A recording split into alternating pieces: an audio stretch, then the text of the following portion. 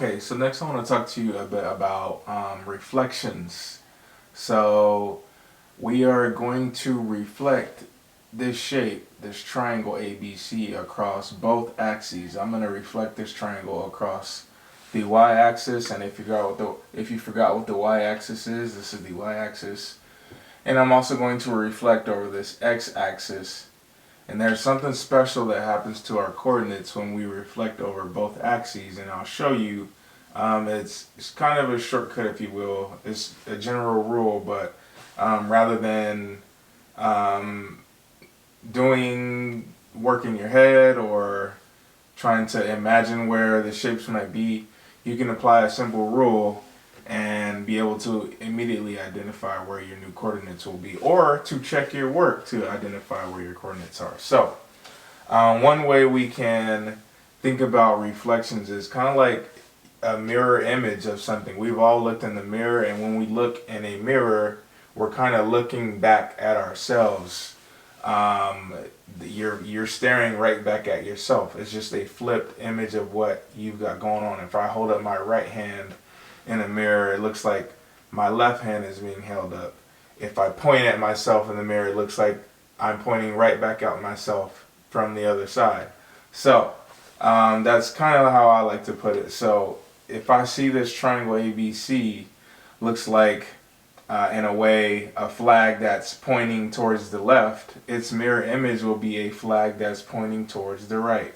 So one way we can think about this is we could say, let's look at point A, which is at 4, 6 on our coordinate grid. I could say I like to give myself a reference line or a reference point. So how far from this y-axis is this point A? And when I say from the y-axis, I could clearly see that this point is lined up with the value +6. So on the y-axis at +6, how far is this point over to the right? It looks like it is 1, 2, 3, 4 units to the right of that y-axis.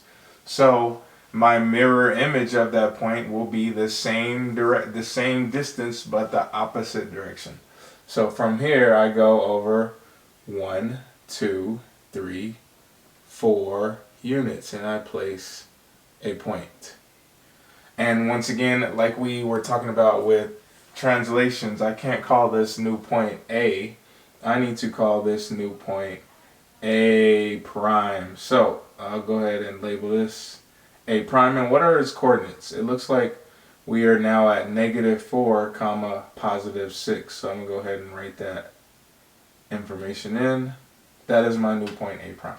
So let's do the same for our points B and C. It looks like, how far is B from the y-axis? It looks like at this y value of 6 on the y-axis, B is 6 units to the right. So at the same point on the y-axis, I need to go 6 units to the left. So, or no, I'm sorry, this is 7 units from the y-axis. So I need to go 7 units to the left of the y-axis at the value of 6 on the y-axis. So if I do that, I place my point. I am now calling this B prime, and its coordinates are -7, 6. And I'm going to go ahead and join these points together. Last point, I have point C, which is a little further down. It looks like on the y-axis, C is at 3, +3 on the y-axis. So how far from +3 on the y-axis is this point? It is 7 units to the right. So I need to go back to 3 on the y-axis and go 7 units to the left. If I do that, I end up roughly around here. And now I can name this point C prime, and it is at a coordinate of -7, 3. And I can go ahead and join my points together. So now I have created a reflection across the y-axis of triangle ABC. But you got to understand, something magical has happened with my points now. that I can use at a later point in time. So look at the coordinates of A, 4 comma 6. Look at the coordinates of A prime, negative 4 comma 6. It looks like when I transform this image, when I reflected this image, it looks like the y values stayed the same. However, the x values changed. How did it change? The x value became opposite of what it already is. It is now, it now has went from 4 to negative 4. The opposite of 4 is negative 4. So that is my general, we just pretty much came up with a general rule for reflecting across the x-axis. Let me go ahead and write that for you. So if I have some point x comma y, let me write that a little lower.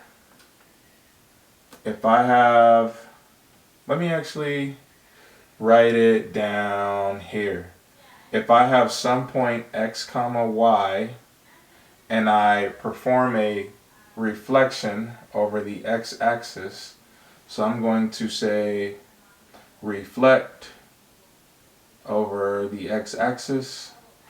How about I'll say this, reflection, and this is the y-axis, I'm sorry. If I perform a reflection over the y-axis, it looks like my original point x becomes opposite of what it was. So I go ahead and I make note of that. My original point is now opposite. And one thing you can't get confused by is thinking that this means negative x. That does not mean negative x. This means the opposite of x. So I'm going to go ahead and write opposite x. And what happened to our y value? It looks like nothing happened. It stayed the exact same. So I'm going to write my original y value stayed the exact same. And I want to point out something very important. So I just told you that this is not negative x. That this is a big misconception. Every year that I teach this topic, this is one thing that really trips students up, thinking that this means negative x. So I'm going to actually reflect this triangle A prime, B prime, C prime over the x-axis now. And we see we have negative values in here. So I'm going to show you why it's important to not call this negative x, but to call it opposite x. So let me go ahead and reflect this triangle now over the x-axis so we can create a general rule for reflecting over the x-axis. So if you see A prime, it is at negative 4 comma 6. And just like we did here, we want to go and take our points and go the opposite direction, the same amount of distance. So how far from the x-axis is point A prime? Well, I know on the x-axis, the x value for A prime is negative 4. So on the x-axis, it is lined up with negative 4, but 6 units away, 6 units up from that general point. So I want to go the opposite. I want to go back to the x-axis at negative 4, but go 6 units down this time. So that's what I want to do, and I will place a point there.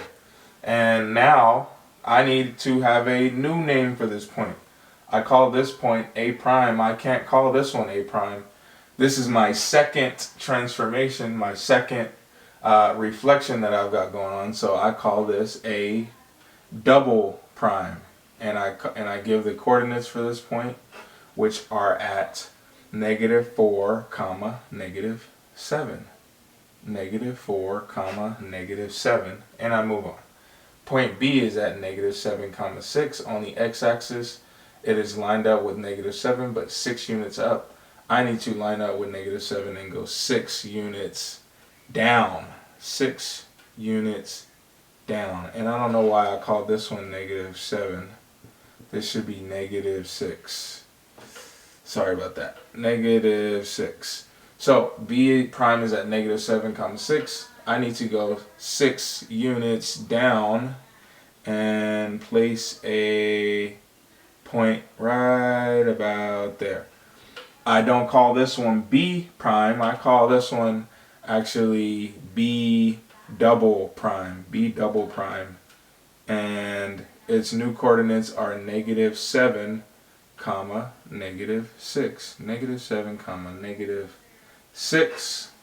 And I can actually join these 2 points together.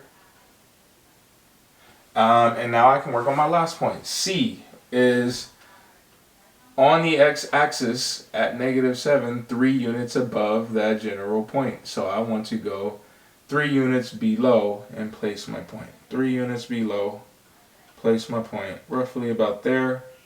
I can't call this C prime anymore. This is my second transformation. So I call this C double prime. And this is at -7, -7, -3. And I need to connect my points. So now I have reflected this shape twice. In this second reflection, I can come up with a general rule. So I had original points x, y. What happened to those points when I reflected over the x-axis? Reflection, x-axis. It looks like if I compare my points, -4, -6 turned into a -4, +6 turned into a -4, -6. What stayed the same? It looks like our x values stayed the same and our y values became opposite.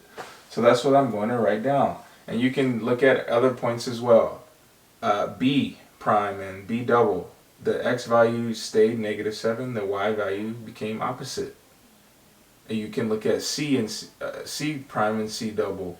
The x value stayed the same, the y value became opposite. So that's what we're going to note. Our x value stays the same, our y value becomes opposite. And hey guys, this will save us a lot of time trying to draw shapes and reflect, when we can just check out the coordinates of each point on a shape and apply these general rules.